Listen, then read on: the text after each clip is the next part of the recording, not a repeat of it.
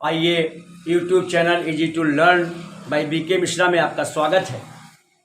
आज इसमें हम लोग तुलसीदास जी द्वारा रचित काव्य है उसकी व्याख्या करेंगे, जिसमें धनुष भंग का प्रकरण है।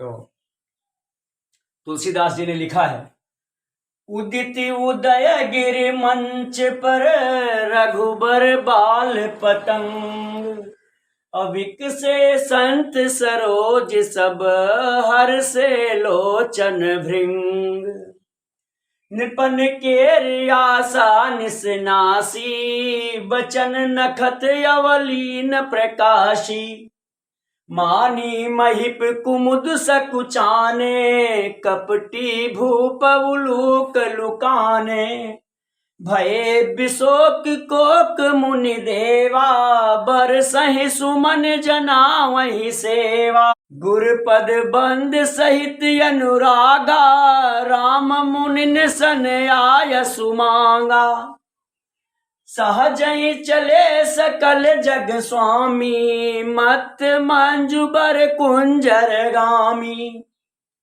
चलत राम सब पुर नर नारी पुलक पूरी तन भये सुखारी, बंद पितर सुर सुकृत हमारे जब कछु पुण्य प्रभाव हमारे, तब शिव धनु मृलाल किनाई तो रहु राम गणेश गोसाई। आइए अब इस पद की व्याख्या करेंगे।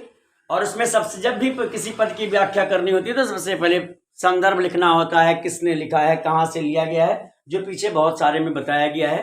फिर प्रसंग आता है जो उस पद में कहा गया हो उसके बारे में। फिर उसके काव्य सौंदर्य के बारे में आता है, जिसमें आपको भाषा, रस, अलंकार आदि बताना होता है। तो चलिए हम फिलहाल इस पद की व्याख्या करते हैं। बाकी खुद थोड़ा सीखें, नहीं जान पाएंगे तो अगले बार में हम फिर बता देंगे। उदित उदय गिर मंच पर रघुबर बाल पतंग, अबिक से संत सरोज सब हर से लोचन भृंग। कितना अच्छा तुलसीदास जी ने वर्णन किया है। जिस प्रकार से बाल सूर्य के उदयाचल पर्वत पर उदय होने से जब सूर्य निकलता है तो सरोज यानी कमल खिल जाता है और भंवरे उसी पर अपनी नजर गड़ाए रहते हैं, वो उसी पर आ जाते हैं।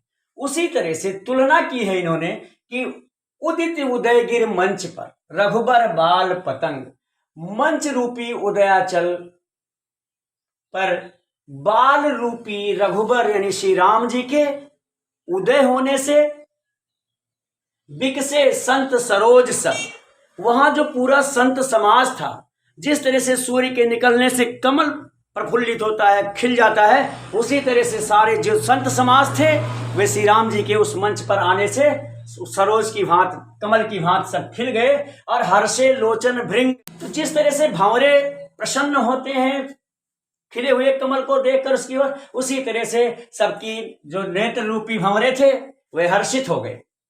फिर लिखा है, नृपन के आशा निसनाची, नृपन की आशा निसनासी बचत नखत अवलीन प्रकाशी। फिर उन्होंने कहा है कि सूर्य जब निकलता है तो रात्रि खत्म हो जाती है। उसी प्रकार से इन्होंने कहा है कि राजा, जितने वहां राजा थे, नृपन के आशा निसनासी, नृपन के आशा निसनासी बचत नखत अवलीन प्रकाशी। क्या हुआ? जिस तरह से सूर्य के उदय होने से अंधेरा मिट जाता है, रात्रि खत्म हो जाती है, उसी प्रकार श्री राम जी के आने से राजाओं के मन में जो रात्र रूपी या उनकी जो रात्र रूपी आशा थी वो नष्ट हो गई, और जो वचन रूपी तारे थे, तारों का प्रकाश भी सूर्य के निकलने से खत्म हो जाता है। उसी तरह से जो उनका वचन रूपी तारा था, तारों का जो झुंड था, वो प्रकाशहीन हो गया, अर्थात वे सब शांत हो गए। मानी महिप कुमुद सकुचाने कपटी भूप उलूक लुकाने। जो अभिमानी राजा थे वे जो है संकुचित हो गए, सकुचाने, और कपटी भूप उलूक लुकाने। कपटी भूप उल्लू को लुकाने, और जो कपटी राजा रूपी उल्लू थे वे भी छुप गए, अर्थात सब शांत हो गए। भये बिशोक कोक मुनि देवा, और बरसहि सुमन जना वही सेवा। भय बिशोक कोक मुनि देवा, मुनि और देव सभी चकवे की भांति, जैसे चकवा का शोक मिट जाता है तो मुनि और देवा का जो शोक था वह चकवे की भांति खत्म हो गया, या मुनि और देवा जो चकवे रूपी थे उनका जो शोक था वह नष्ट हो गया। अब सब बरसहि सुमन जना वही सेवा, फूल की वर्षात करके और अपनी सेवा प्रस्तुत कर रहे हैं या अपनी सेवा जना रहे हैं। आप धनुष तोड़ने के लिए जा रहे हैं तो क्या लिखा है कि गुरुपद बंध सहित अनुरागा, और राम मुनि सनयाय सुमांगा। अनुराग सहित गुरु के पद यानी चरणों की वंदना करते हुए राम जी ने सभी मुनियों से आदेश मांगा। सहजै चले सकल जग स्वामी, और मत मंजू भर कुंजर गामी। सहजै चले सकल जग स्वामी, जगत के स्वामी, संसार के स्वामी बड़े ही सरल भाव से चल रहे हैं, जैसे कोई मदमस्त हाथी चलता हो। चलत राम सब पुर नर नारी, और पुलक पूरी तन भये सुखारी। राम जी के चलते ही चलत राम सब पुर नर नारी, पुर मतलब वहां जनकपुर से कहा गया, जनकपुर के सभी नर और नारियां जब राम जी चलते हैं तब क्या हो गए, पुलक पूरी तन भये सुखारी, बहुत प्रफुल्लित हो गए, उनका शरीर रोमांचित हो गया राम जी को देख करके। फिर क्या किया उन लोगों ने, बंद पितर सुरे सुकृत संभारे, जब कुछ पुण्य प्रभाव हमारे। उन सब ने हाथ जोड़ करके मन ही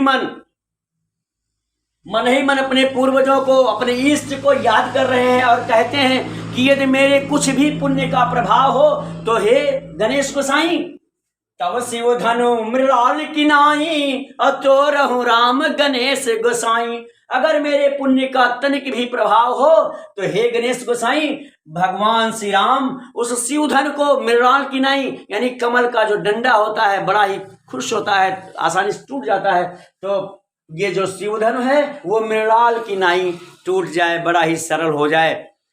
ऐसी सबकी सोच थी, ऐसा सब चाहते थे।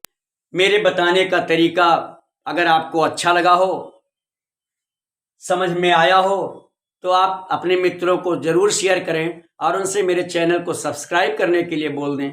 और यदि आपने ना किया हो तो आप भी कर दें। और किसी भी तरह की आपकी मैथमेटिक्स की प्रॉब्लम हो, फिजिक्स न्यूमेरिकल या डेरिवेशन में हो, इंग्लिश के ग्रामर में हो, हिंदी के व्याकरण में हो, तो जरूर मेरे व्हाट्सएप नंबर 9452510385 9452 510 385 पर भेजें और आपकी समस्या का समाधान निश्चित रूप से आप तक जरूर पहुंचेगा। अब तक मेरे साथ इस वीडियो में बने रहने के लिए धन्यवाद।